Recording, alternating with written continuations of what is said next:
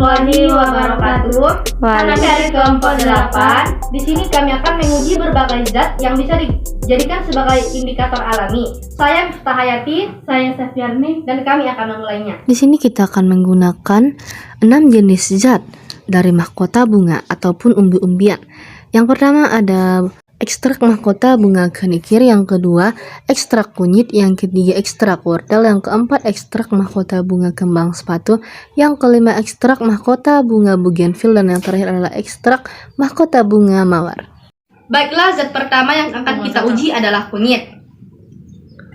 Kita akan mengujikannya kepada air suling.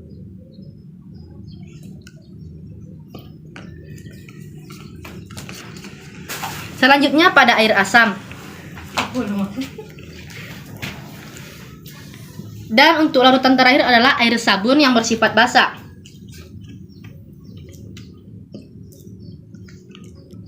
Di sini kita dapat melihat perubahan warna kunyit pada larutan asam, yang mana semulanya berwarna kuning menjadi kuning terang.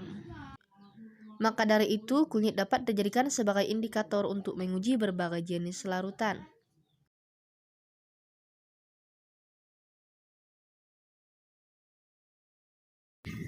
Lanjut pada zat kedua, yaitu ekstrak wortel.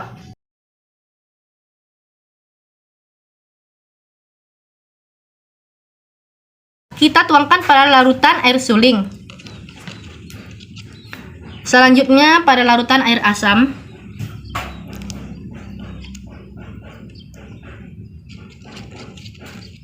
Dan yang terakhir pada larutan air sabun yang bersifat basah.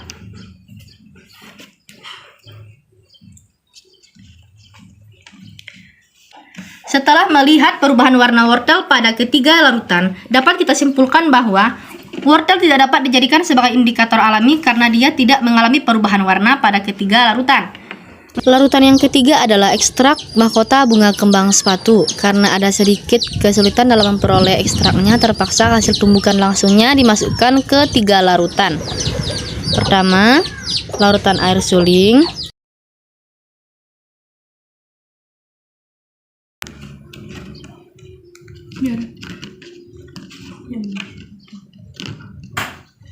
Yang kedua pada air asam.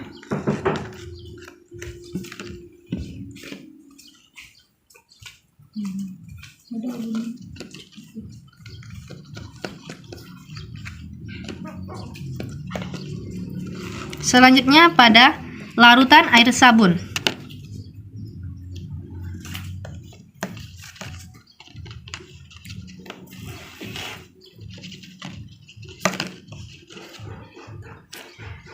Oke, teman-teman, baiklah, di sini kita dapat melihat perubahan warna pada larutan air asam, yang mana tadi bunga itu berwarna ungu dan ketika dimasukkan ke dalam larutan asam dia berubah menjadi warna merah. Jadi dapat disimpulkan bahwa bunga kembang sepatu dapat dijadikan sebagai indikator alami. Baiklah, untuk zat yang keempat adalah ekstrak bunga mawar. Pertama dituangkan pada larutan air suling sedikit saja. Oke, selanjutnya pada larutan air asam.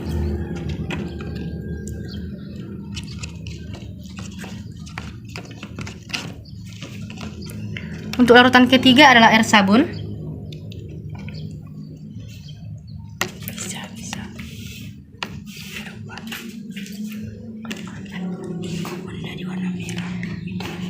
Dari perubahan warna yang kita lihat di sini, ekstrak bunga mawar berubah warnanya menjadi merah, yang tadinya ada berwarna ungu tua menjadi merah pada larutan asam. Jadi, bunga mawar dapat dijadikan sebagai indikator alami. Zat yang kelima adalah ekstrak bunga bougainville atau bunga kertas. Pertama dituangkan pada air suling.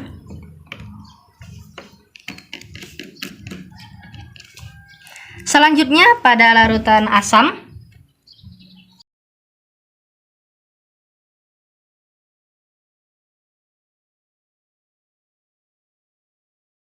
Dan yang terakhir larutan basah, yaitu air sabun.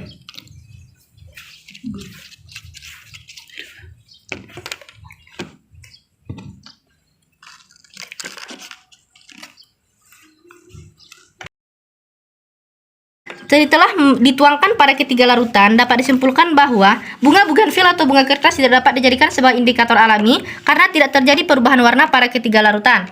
Zat yang terakhir yaitu ekstrak bunga kenikir. Selanjutnya kita tuangkan pada larutan air suling. Larutan kedua air asam.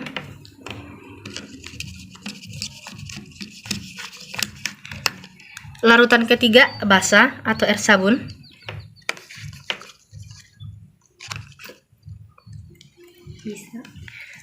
Di sini kita dapat melihat perubahan warna pada larutan asam, yaitu dari warna coklat berubah menjadi warna kuning, dan bunga kenikir dapat dijadikan sebagai indikator alami. Berdasarkan uji coba yang telah dilakukan, maka dapat ditarik kesimpulan bahwa zat indikator alami yang dituangkan atau dimasukkan ke dalam larutan asam, warnanya akan berubah menjadi lebih cerah dari warna semula. Dan zat indikator alami yang dimasukkan ke dalam larutan basa, warnanya menjadi sedikit lebih gelap daripada warna aslinya. Sedangkan zat indikator alami yang dimasukkan ke dalam larutan netral yaitu air suling tidak mengalami perubahan warna apapun. Dari percobaan ini juga dapat kita tarik sebuah kesimpulan bahwa tidak semua indikator alami mengalami perubahan warna ketika dimasukkan ke dalam berbagai jenis larutan. Contohnya saja pada wortel dan bunga bugenvil yang tidak mengalami perubahan warna sama sekali. Dapat disimpulkan bahwa zat yang bisa dijadikan sebagai indikator alami adalah bunga kenikir, bunga mawar, bunga kembang sepatu, dan kunyit. Sekianlah hasil dari kelompok kami, yaitu kelompok 8. Salah jangan kami mohon maaf. Wabillahi taufiq wal hidayah. Wassalamualaikum warahmatullahi wabarakatuh.